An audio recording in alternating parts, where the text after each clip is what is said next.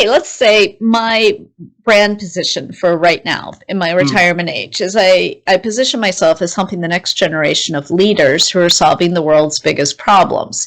And so when I find people who I know I can help them, and through the help I give to that person, that they will go on to do something great, right? They will do something well beyond help I could give them. And the irony is the help I may be giving them may not have anything to do with that thing that they're trying to do. It may be that they have other things going on in their life. There are being distractions to them that are keeping them from being great as they're supposed to be. And so you identify what has meaning to you. We're all here for different reasons. God put us here for different reasons. We're all pieces of this moving part of life. Life has that ripple effect, right? We're never going to know where things stop. We never know what impact we have. All we can do is stay focused on the things that we know are important to us and make decisions about whether we'll participate in them or not.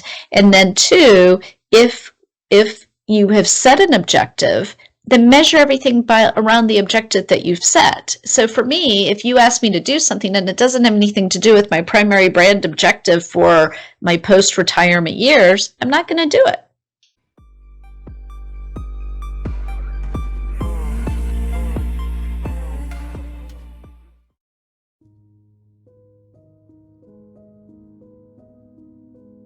So, Professor Kurt, how have you been growing your ability to think over the years? Well, that is a difficult question. That is a very difficult question. I never thought about this. So, I think there are two things we have to differentiate. We have two systems in our brain. One is thinking deliberately, so conscious thought, and the other system is unconscious thought. We could also call it intuition. And I very much believe in intuition. Rely on your gut feelings. Because intuition is not a magical sixth sense. It's a very rapid, unconscious pattern recognition that comes with an emotion. So if you have enough experience in a field, very often you have an intuition which tells you this is what you should decide or what you should do, and you cannot really explain why. It's just a gut feeling. But this gut feeling is based on a lot of experience you have in a field. So many decisions I make are based on gut feeling, are based on intuition. And I learned to trust my intuition. But one important thing, rely only on your intuition if you have enough experience in this field. Because if you don't have enough experience, your mind is not able to recognize these patterns. Beautiful, beautiful.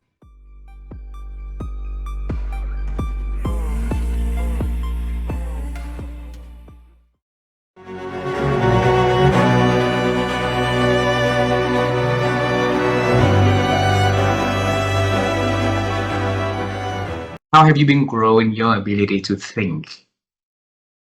Oh goodness! So, I was mentioning health and fitness. I did some yoga this morning, and I like doing yoga. This particular teacher I watch on YouTube, he's always coming up with philosophies of life, and today it was about harmony and nature, and the poses that we were doing made me think a little bit differently as I'm going through my breathing and my discomfort. I read a lot, like this book here, The War of Art. Stephen Pressfield, I don't know if you're familiar with this book. It's about resistance and things that hold you back. I built a relationship with Stephen Pressfield. He's an amazing author. And I had lunch with him in Arizona. As a matter of fact, I could probably say could show a photo of me and Steve here. Actually, and Waldo, he's from California, and let me share with you here. Oh, here we are. Just want to show it to you here. So here's Stephen Pressfield, right there, right? Yep. Yes. So you see him on the screen. And so Yes. he's the author of this book. He's an amazing, amazing author. But I was introduced to him through my friend Victoria Labam, another Hall of Fame speaker who's friends with him, and I have a great relationship with her, and she wound up connecting me with Stephen Pressfield. The way you think differently is being exposed to different people, to different books, to different disciplines, yoga, transcendental meditation. I watch different shows. I get coaching from different types of speaker coaches who are very, very different from me. And so, we may have a palette of colors in our lives, 5 or 10 palettes or tools for that matter on solving problems.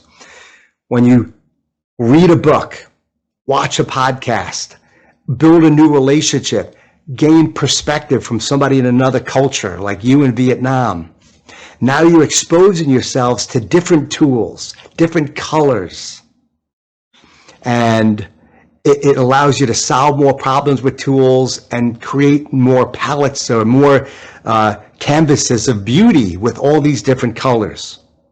Mm. And that's why I love meeting people. That's why I love traveling, because once again, we were complete strangers before this phone call, but now we have a relationship, and you're going to share things with me about life and growth. Hopefully I could share with you, and that's how we grow, and that's how in my life, I've learned to think differently. But the bottom line is this, and every one of you watching this or listening to this, there's no better teacher than ourselves.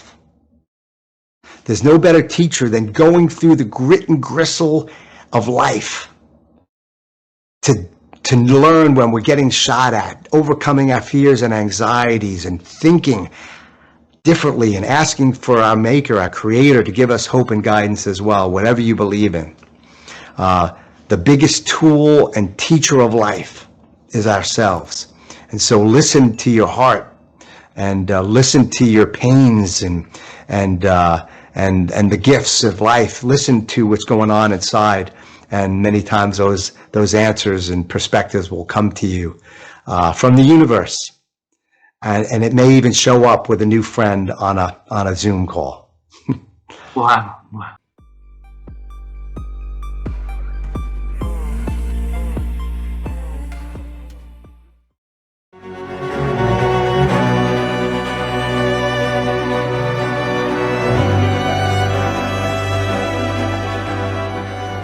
When people have more confidence, would they have more wisdom on the reverse way like that? Not necessarily. We call it landing in the and of confidence and humility. And you need both. It's the confidence to have an audacious vision, the confidence to stand up for what matters, the confidence to speak the truth, coupled with the humility to surround yourself with people who will challenge you, to know your vulnerabilities, both as a leader and as an organization, and to admit when you're wrong. And that's landing in the and. If you've got confidence without humility, it's hard to be wise. Right? Because you have one perspective, and there are a lot of people in the world to learn from. And so that there's a lot of audacity to say, I know exactly what to do here. And there are leaders in the United States, right, who are leading with that confidence without humility, and there is a lot that's getting screwed up because of that. Wow. So, assuming that I am, or one of our audience, that the kind of leaders that know it alls, and so we know that is something that we need to change. So, what baby steps do I need to make change, or do they need to make change so that they can become a better leader, Carrie? The first thing I would do, one of the practical ways that we teach this is we call it a do-it-yourself 360. And so if you're familiar with the traditional 360s where, you know, it's an anonymous survey and you do the feedback and then it comes and you get this bar graph and you're like, my boss sees me this way and my peers see me this way, my direct reports see me this way. Love those. Very useful. There is also value in what we call this do-it-yourself, which is a voice-to-voice conversation with people. So you pick an area that you really want feedback on, as specific as possible, and then you craft a couple of open-ended questions that you really believe, and they're specific enough so that people will feel safe to give you the feedback. And then you go have the conversation. And you talk with your manager, you talk with your peers, you talk with direct reports, you talk with other stakeholders, you talk with customers, and you ask them these questions. And then you look for the themes. So frequently, people, it's the conversation versus the just looking at it on paper. Because when you get that graph on paper, it's easy to get defensive. Who said this? Why did they say this? And you can't ask a follow-up question. And often people say, I didn't realize I was coming across this way. And was doing a leadership program for a very large government institution in the United States.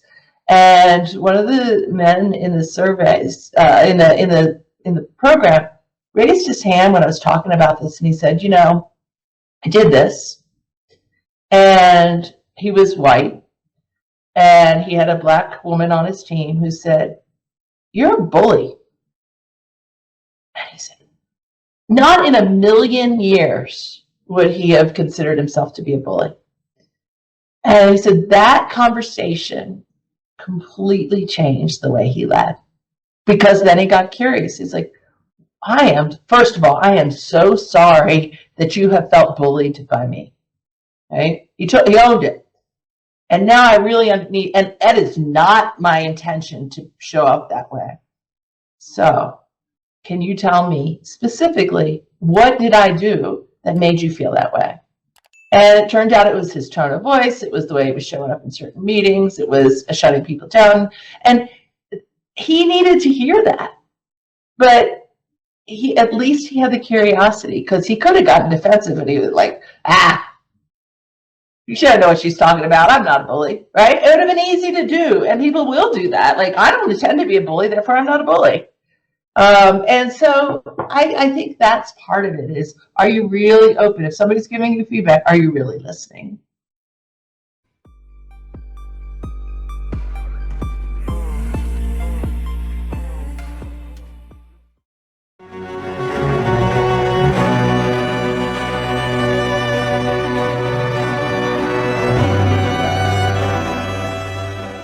We talk to the great leaders and great people like you, and we ask the question like, how have you been helping yourself to expand thinking? For me, I've always, as I mentioned earlier, it's through people. People help me expand my thinking. And by the way, and so does AI. I just treat AI like a person. And so I ask it questions and I have conversations with it. You know, I can have an hour-long conversation with AI about a topic that I learned from. And I will also do that with a person. I recently was at this camp, and I met the gentleman who was the co-founder of Instagram. And I just, you know, got into a deep conversation with him about a number of things, and I learned so much. So to me, my opportunity for learning and thinking is through people and AI now. Wow. But you got to be curious. You've got to ask good questions. Wow.